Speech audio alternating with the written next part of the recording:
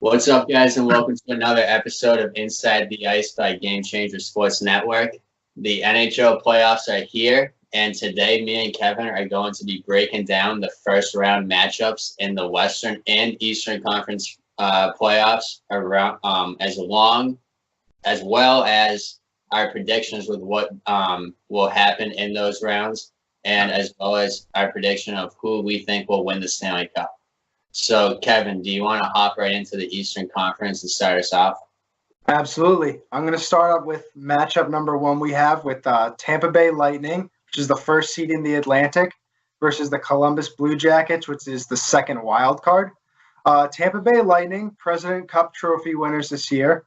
They made it to the Eastern Conference Finals last year before losing to the Caps in 7 games. But their team this year is even better than the last.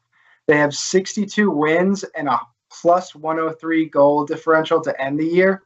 They also have 3 players with over 90 points, at Kucherov with 128, Stamkos with 98, and Point with 92. If we want to talk about some stats, the team is first in goals and shooting percentage, as well as penalty kill, even though they're 29th near the bottom in penalty minutes. So I think their penalty kill is 85%. So they just have constant control over the puck at all times. And I think if they can come into this matchup and just play consistent like they have all year, they shouldn't have a problem against the Blue Jackets.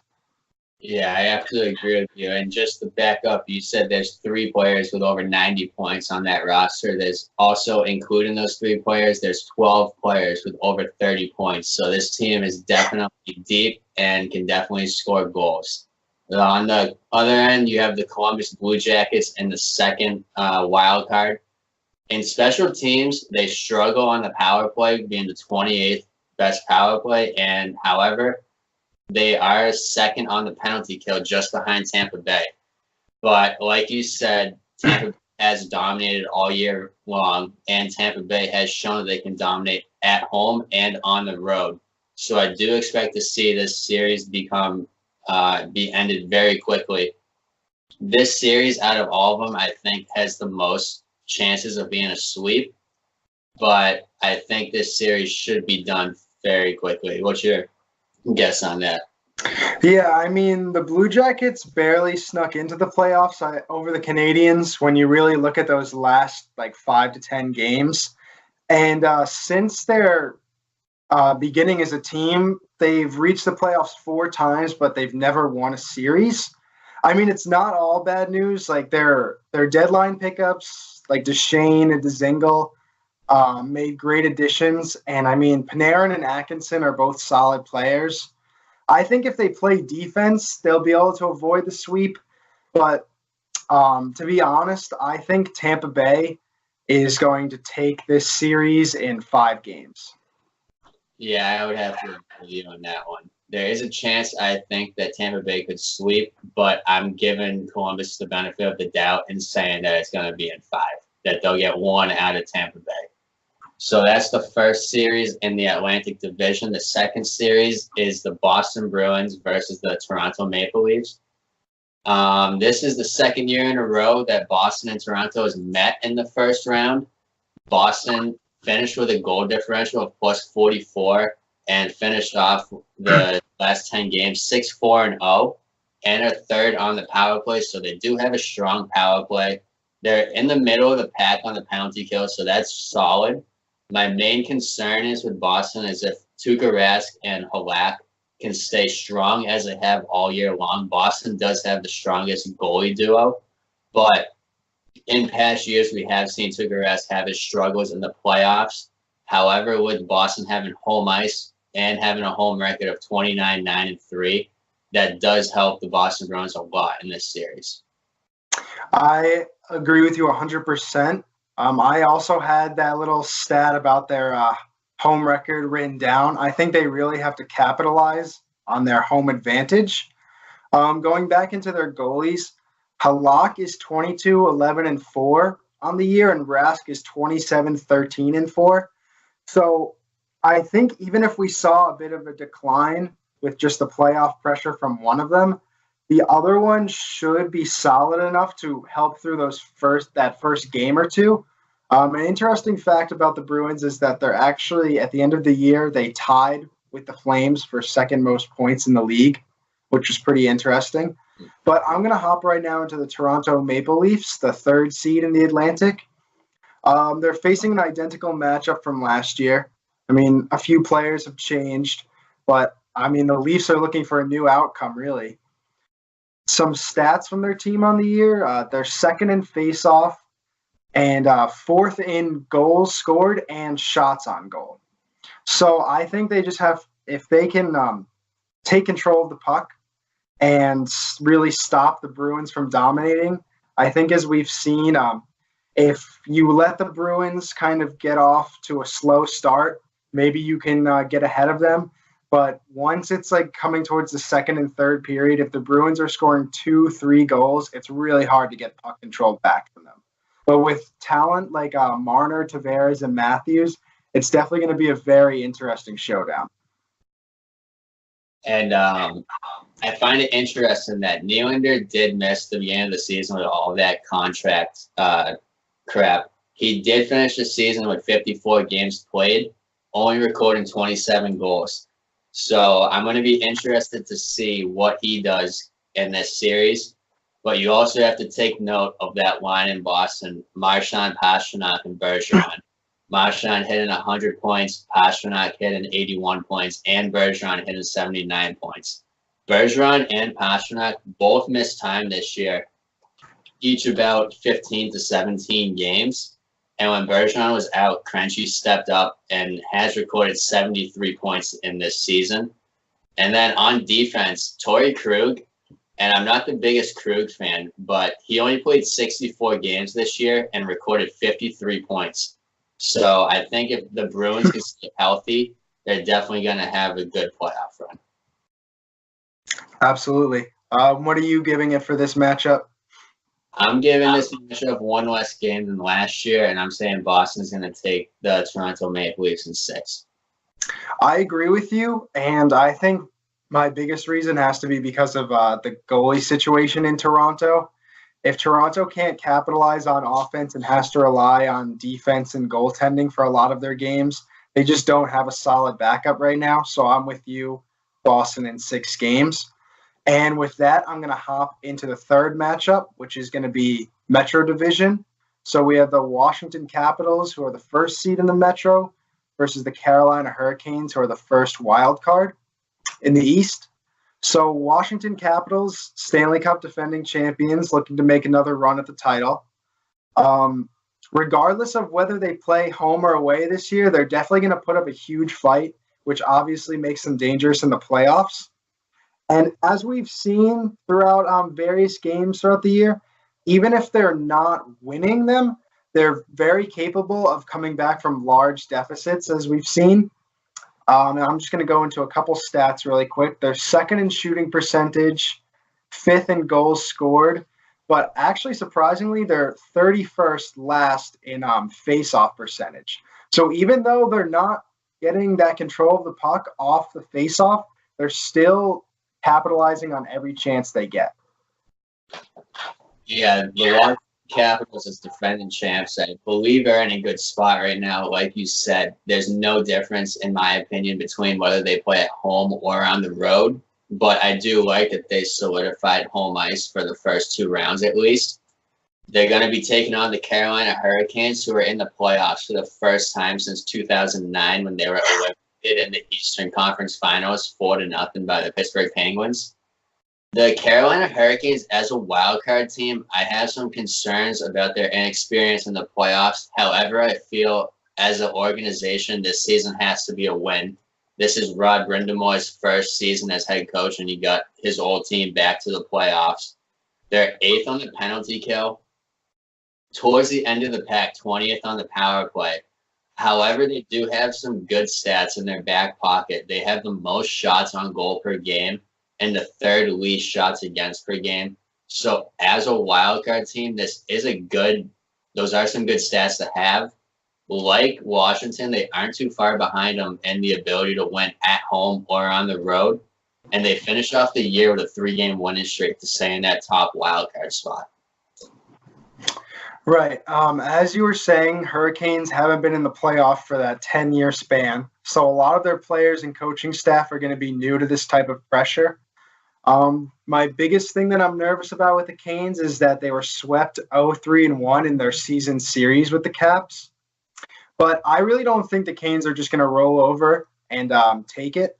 If you look at some of their stats, they're first in shots on goal, third in shots on goal allowed. And even though they're only 20th in power play percentage compared to other teams, Washington Capitals really don't have anything special as far as their PK goes. So Hurricanes could take advantage of the small chances they get. And I'm going to say it right now, I don't believe that the Hurricanes are going to be able to take the Caps. But if there was any wild card upset that is unforeseen, I think it could be this series right here. And with that being said, I'm going to say that the Capitals take this series against the Hurricanes in 6 games. I'm not too far off on you. I agree with the result, but I do think my biggest influence on my decision for the length of the series is the fact that Washington, like you said, did sweep this season series. And I like the point that you made because that is interesting. Washington does struggle on the penalty kill, so Carolina could take that to their advantage. But I do see Washington taking this in 5, just like Tampa Bay. Absolutely. So I'm going to jump on to the last series in the Eastern Conference. It's between the 2nd seed New York Rangers and the 3rd seed Pittsburgh Penguins. The Rangers are back in the playoffs for the first time since 2016. I don't think anybody would imagine that would be the case the first season after Tavares goes to Toronto. But this Islanders team is playing very good defense all season long. They allowed the least goals against and are easily just as good at winning at home and on the road. However, I don't like how people are saying that they can be very strong at home because we have seen in the past month other teams in the playoffs come in and thump the Islanders at home. And like Carolina, I have some concerns about their inexperience in the playoffs. This is the first time since 2002 that the Islanders finished at least second in their division. And this is the first time since 1984 that they recorded the most amount of points. And in 84, they recorded 104 points. So this Islanders team is not experienced in the playoffs like Carolina, which I think could be used by the Pittsburgh Penguins to their advantage. Yeah, I like a lot of the points you were making about just the Islanders' style of play and their previous stats on the year. I mean, they've had a pretty interesting season. I know if you went back and looked at some of our videos on previous power rankings from maybe like a month to like a couple weeks back, we weren't really sure if the Islanders were going to be sitting at the first in the Metro or dropping down to like a wild card spot. So I think their play has just been a little inconsistent, and they're near last in shots on goal, power play percentages, and faceoffs. So they have to rely on some well-placed shots and maintaining good defense and proper goalie play. One interesting thing, though, is I can't remember his name, but one of their goalies has played for the Penguins organization in the past. So I could see some pluses and minuses coming out of that. But from that, I'm going to hop right into the Pittsburgh Penguins. They actually have the longest active streak in the NHL with 13 consecutive appearances in the playoffs. And this organization and the players in it know what it takes to win series and the cup as a whole. Before their loss to the Capitals last year, they won 2 cups in a row. And I think just being in this lower seed and having a lot of people saying that they're not sure what the Pens are going to be able to produce this year is just giving them more fuel for the flame. I'm not sure if you had any stats or like interesting things to add to that. The Pittsburgh Penguins, although they haven't had the strongest season as of late, they still managed to finish with a top 5 power play, being 5th in the league. And they registered 273 goals for, so they did show their offensive strength. I like seeing over the past few days that they're getting some of their guys back into full participation, full contact in practice. My main concern for Pittsburgh, though, is their goalie, Murray. We have seen in the past that he struggles with his glove, and I think if the Islanders can pick him apart, or even any team for that matter, that could be the downfall to the Pittsburgh Penguins. But you have Crosby, Malkin, Letang, all of those guys have recorded significant points this season, and if they can play their game, the Pittsburgh Penguins are never out of any game. Crosby's recorded 100 points. Kessel hit 82. Gensel hit 76. Malkin hit 72 in 68 games. And Letang hit 56 in 63 games. So you have 5 guys right there who are capable of scoring points. If I had to pick this series, I am giving Pittsburgh the upset, I guess you could say, in 7 games, 4-3. I'm almost in 100% agreement with you, but I'm going to say Pittsburgh Penguins in 6 games. I just think if you look at the Islanders lacking on offense and needing to rely on their goalies, and Pittsburgh being the opposite, when you're looking at those Pittsburgh players that you mentioned, I think just losing face-off opportunities and having a poor shot on goal ability, like Crosby, Malkin, Kessel, they're just going to eat that right up. So I'm saying Pittsburgh in 6. All right. So I'm going to hop into the Western Conference first round matchups. In the Pacific Division, we have the first seed in the West, Calgary Flames, taking on the second wild card team, Colorado Avalanche. Calgary tied Boston this year with 107 points for second in the league. And Colorado snuck back into the playoffs for the second straight season with 90 points. Calgary, it has had a hell of a season. They have a plus 62 goal differential and finish off the year 6-4-0 in their last 10, with the last 2 games being able to rest a good amount of their starters. So that could have a lot of explanation to why they lost those last 2 games. Definitely. If you're coming from the perspective of a fan who focuses mainly on Eastern Conference, you might be surprised when you hear how people talk about the Calgary Flames being a dominant team. But, I mean, they've proven it over the Western Conference, and they have home ice and a 66-goal differential to show for it. I mean, Johnny Gaudreau, he was 1 point shy of 100 points this season.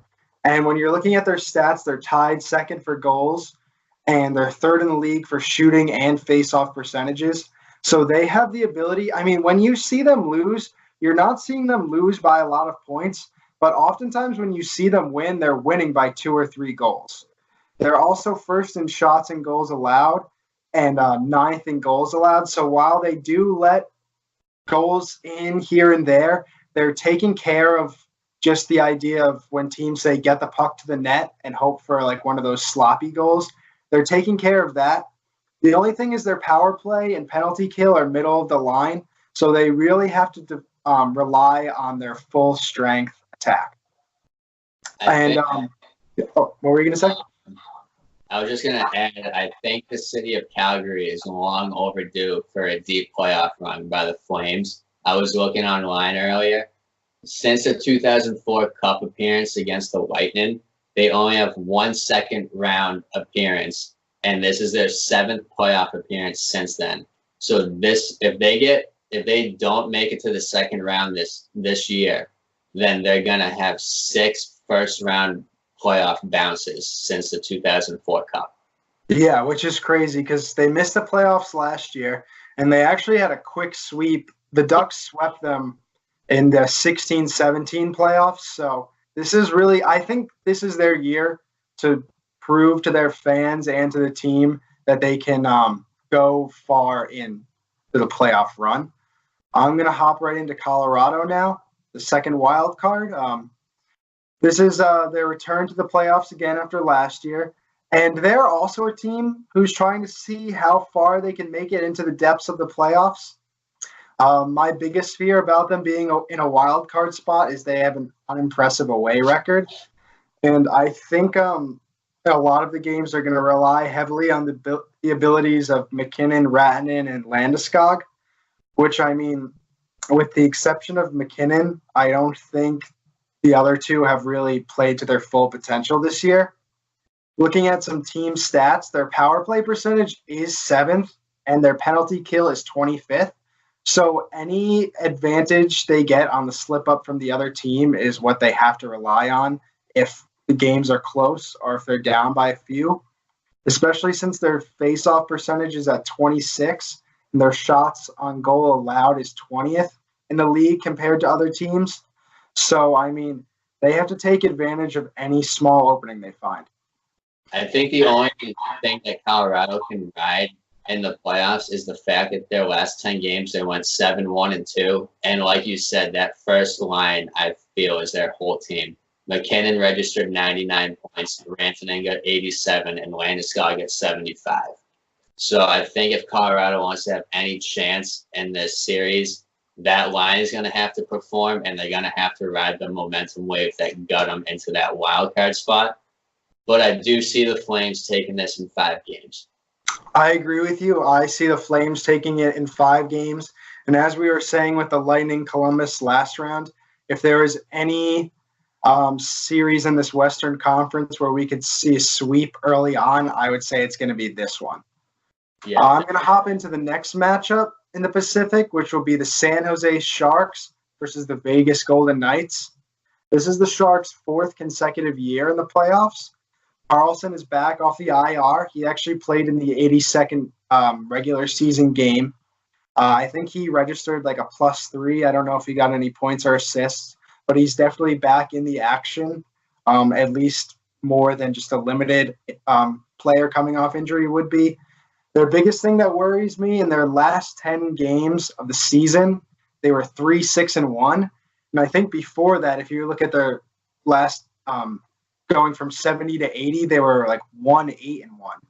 So they've dropped a lot of these games. Not that they needed to win them, but they came pretty close to losing their home ice advantage, which is kind of crazy when you're looking at their team stats because they're tied for 2nd in goals on the year. They're 6th in shots on goal percentage. I mean, middle of the line in faceoffs and goals allowed, but still, when you look at their the Sharks stacked roster, it's really not the play that you expected to see, especially when it comes into this playoff time when you're trying to shore up your disadvantages.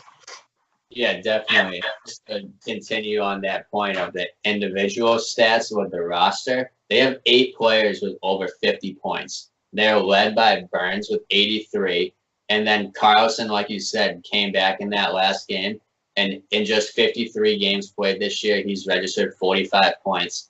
So he is still being able to produce offense, even though he has suffered that groin injury. My biggest concern, like you said, is the fact that they finished the year 3-6-1, along with the fact that I want to know if Carlson is a full 100%. He did get a +3 that last game. But if he gets hurt again, or if he's playing hurt like he did a few years ago with the Senators when he played with a fractured foot, that could greatly impact San Jose's chances. But Vegas, on the other hand, has played strong since the trade deadline. They are 24-12-5 at home. However, their away record worries me because they were not able to get home ice over San Jose. They aren't even 500 on the road. They're 19-20-2, and they are 3-5-2 in their last 10 games. However, Fleury did miss a significant portion of their last 10 games despite playing the last 2 games of the season. Like Carlson is my main concern for San Jose, Fleury is my main concern for Vegas. I want to know if Fleury is going to be playing at the level that he did last season in the playoffs, or if he's going to be suffering because if Vegas has to put even Subban in the net, San Jose does have the talent still, even though they've been playing bad, to pick him apart. Vegas is 25th on the power play, which I think is worth taking note. And I don't exactly know how they rank on the penalty kill, but I don't think it's worth. I think it's at least in the middle pack. But with Vegas's experience from last season, and with Mark Stone recording 11 points in 18 games since the trade deadline, I do have to give Vegas the win 4-3 in 7 games this round. Yeah, I'm not 100% sure of the penalty kill percentage either, but I believe it is middle of the line. So last year's Western Conference champions coming back against the Sharks. Like you were saying about Fleury, I think it's the best scenario he could be in right now coming off of an injury. You know, he's had 2 games to kind of readjust himself, and now he's getting this few-day break off. I honestly believe that when the Golden Knights come into this, they're going to surprise the San Jose Sharks at home. I think they're going to win the first game, but I agree with you. I think this matchup is going to take all 7, but I do predict the Vegas Golden Knights coming out on top. With nothing really much else to add to that, I feel like that matchup was kind of more cut and dry than some of our other ones.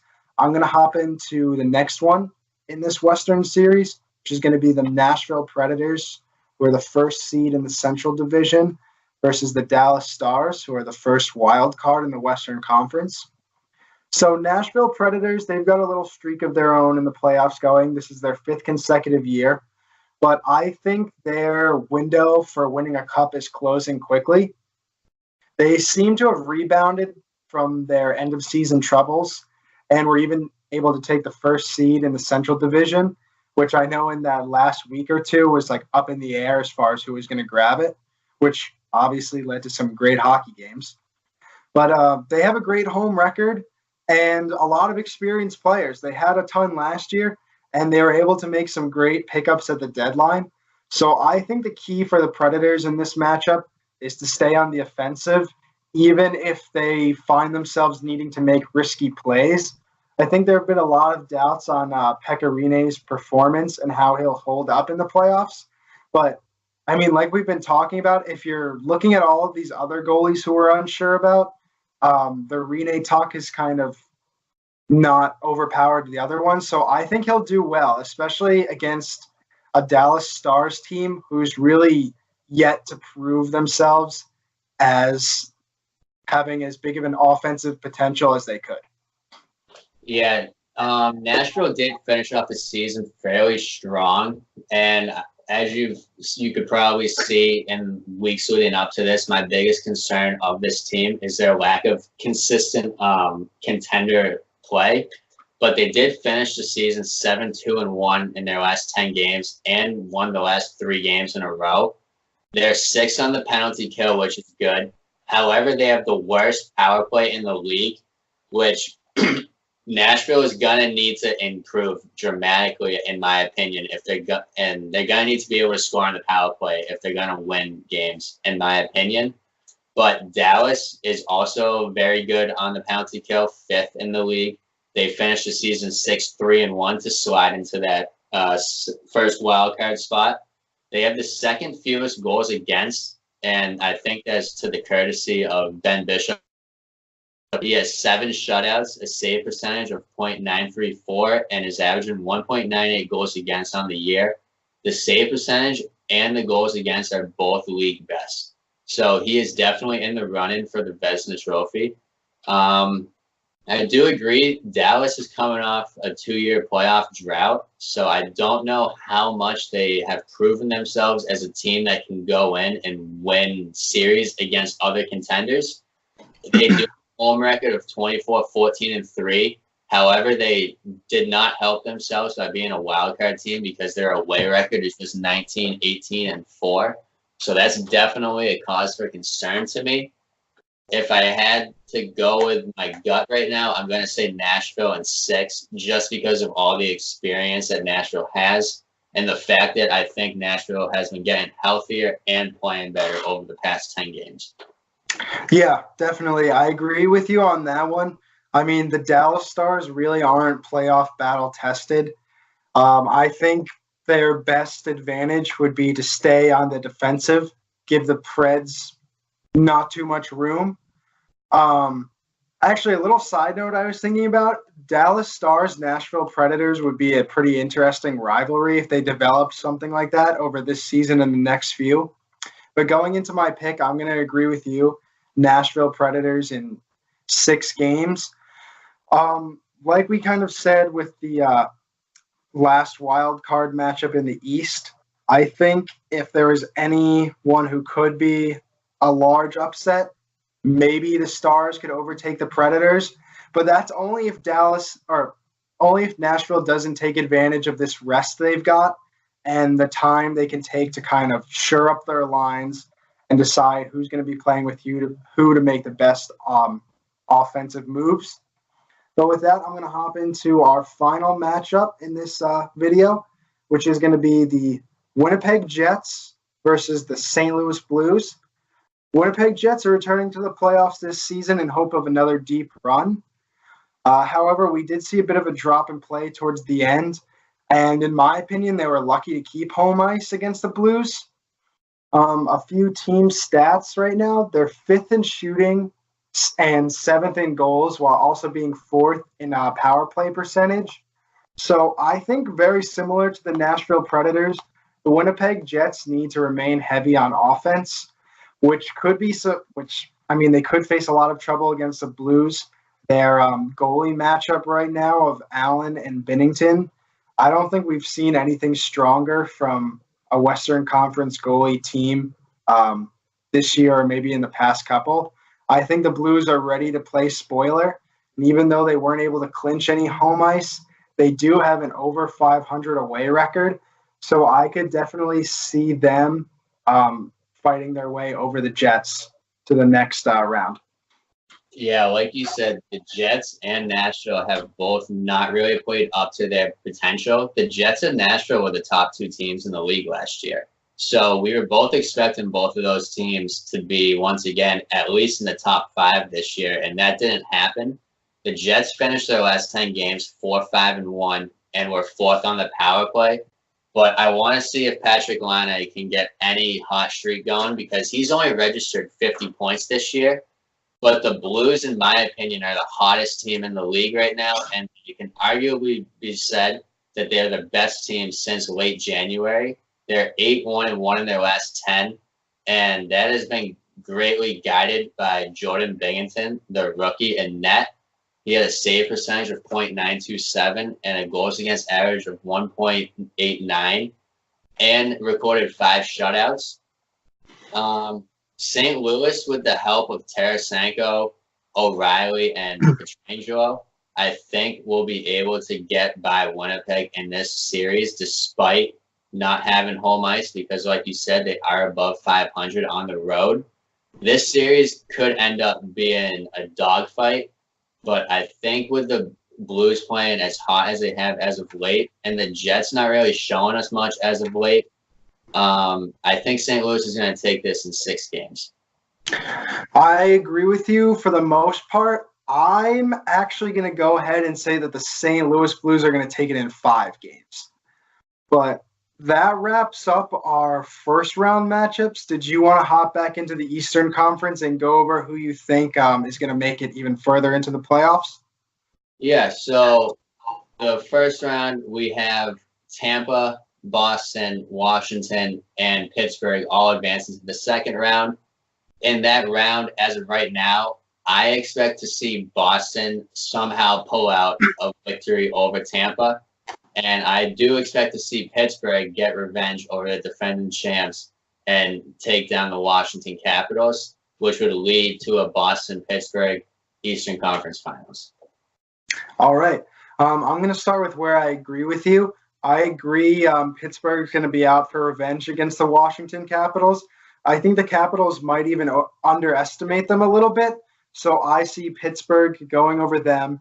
But where we disagree is until I see something different, I just don't see Tampa Bay slowing down. They had opportunities to rest. They had opportunities to drop off all year, and they still haven't. So I see Tampa beating out Boston. And I think the Tampa-Boston matchup is huge. I think whoever wins that is definitely going to the Eastern Conference and probably beyond. So I'm going to say Tampa versus Pittsburgh, and then Tampa to win Eastern Conference. I agree with you there that I think whoever wins between Tampa and Boston is going to the Cup. So I would have to take Boston heading to the Cup over Pittsburgh. Do you want to start what you think will happen in the Western Conference? Yeah, definitely. So we picked the Flames, the Golden Knights, and then the Predators and the Blues. I'm saying Flames over Golden Knights. I'm just not sure. Last year, everyone was calling it a bit of a Cinderella story with the Golden Knights. I mean, obviously, they've proved that they can come back to the playoffs again, but I'm just not sure if they can make another deep run, especially with how well Calgary's been playing lately. I see Calgary taking that series, and then I see the St. Louis Blues actually. Let's see. Let me think. I see the Nashville Predators beating over the St. Louis Blues, and making it to the Western Conference. And then I'm going to pick Flames going to the Cup over the Predators. So I pretty much agree with you on the entire Western Conference. St. Louis, I would like to add, I think it's something worth noting. They have 10 players with over 30 points. So that team is the second deepest team, in my opinion, to Tampa Bay, because Tampa has 12 and the Blues are right behind them with 10. But I'm going to agree. I take Calgary over Vegas and Nashville over St. Louis. I'm saying Nashville over St. Louis, which could come as a surprise to some people, as me expecting Nashville to go to the Western Conference Finals. But I'm going off the fact that I think if Nashville can get through Dallas in 6 games, that's going to give them the momentum to take down the Blues, because they will still have home ice over the Blues. And Nashville has to be one of the hardest arenas to win in right now. Absolutely. So I would go with Calgary and Nashville in the Western Conference Finals, and I would also send Calgary to the Stanley Cup. And if I have to make a prediction right now on who I think would win the Cup, I'm just going off the fact that I'm thinking Boston could impose the physical play on both Tampa and Calgary, which could be the determining factor in getting that Cup. So that would be pretty cool to see Boston win another Cup. But like we both said, we have to see anyone get through Tampa, and that's going to be the hardest of anything this year.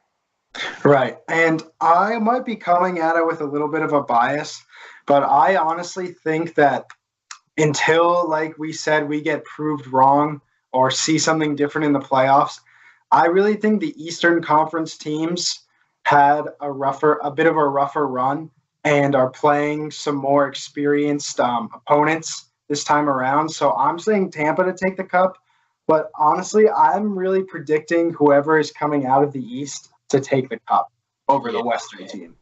The Eastern Conference, in my opinion, is definitely a more skilled conference. You're going to see in the Western Conference teams like Winnipeg, St. Louis, San Jose, and Nashville be very physical. So those teams can tend to be slower, because if you're being more physical, that's tiring. You're going to be tired. And if you're not playing the body and just trying to score goals, you're probably going to score more goals. So I do see the East being a more offensive and skill-first conference. But the West, I think you're going to see a lot more physical play. But I do agree with you that the East is a more powerful conference this year. Absolutely. All right, guys. So that wraps up our first round prediction matchup and our bracket matchup. So check out our next video coming up, where we're going to be discussing the latest news on the NHL or the NCAA Frozen Four, whichever happens first. Check out our Twitter, Facebook, and Instagram pages for Game Changer Sports Network, along with Twitter and Facebook and YouTube for Inside the Ice.